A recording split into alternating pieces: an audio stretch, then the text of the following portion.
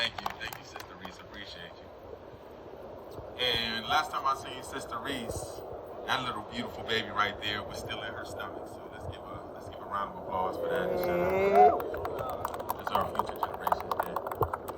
How you doing, everybody? I'm Derrick. I'm with the DMV Freedmen. I'm a reparationist. I want to give a shout out to the National Reparations League for throwing on this event. And what I like to talk about is wealth. Wealth is the foundation, really, of the reparations program, the reparations movement, the need for reparations. One thing I'd like everybody to take away from this conversation is that wealth begets wealth. Remember that. Wealth begets wealth. You cannot build wealth without wealth. It takes cement to build bricks. It takes dough to make bread. Wealth begets wealth.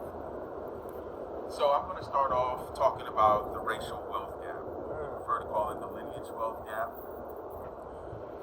which is the easiest way for people to actually track or monetize the harms that were done to us, right?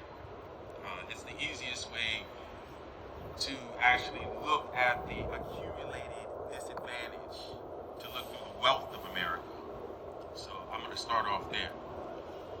So with regards to the racial wealth gap for American freedmen, that is Black Americans, descendants of U.S. chattel slavery, the wealth gap scenario starts off in 1865. 1865, formerly enslaved persons in the United States, also known as the freedmen, were emancipated, and they're promised 40-acre land grants by the U.S. government.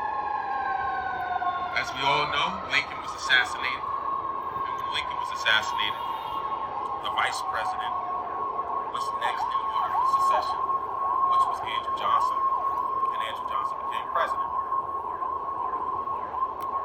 When Andrew Johnson became president, he decided to rescind Special Field Order 15, which was the actual documentation that said that the freedmen were owed 40 acres. What a lot of people don't know is that there were some freedmen that did actually receive land. The majority of those who received land, as small as they were, had to give the land back. The rest never received the land at all. The deal that was made by the U.S. government was to give the freedmen a bank in replacement of the 40 acres and the mule. That comes later. So, the Freedmen Bank is established in 1865, the same year of emancipation. And the bank is set up as a savings bank. Now listen very closely because this is important, okay? The Freedmen's Bank was never set up as a lending institution. It was set up as a bank for savings.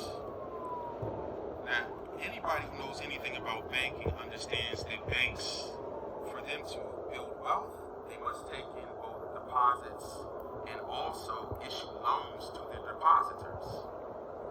But if the bank is only meant for savings and does not have the ability to issue out loans to depositors, there's an issue with building wealth. Okay?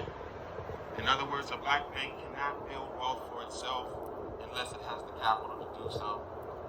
Deposits are extremely expensive for banks, and loans are necessary for them to build wealth. So, moving on, the Freedmen Bank did pretty well regardless of that. They actually, in a 10-year span, they accumulated or dealt with $75 million in 1865, which is equivalent to about $1.5 billion today in a 10-year span. Okay? Now here's what the plot gets there. The chairman of the Freedmen Bank, last name is Cook, is a white man, decides that he's going to take the deposits from the bank without the knowledge of the freedmen and invest them in high risk investments behind the backs of the people. The investments are failures. The loans are high-risk loans that fail. They're pretty crappy. And it causes the bank to actually close in 1874. With that, $3 million of Freedman money was lost in that, which is equivalent to about $81 million today. Just under Stole that. again. Okay?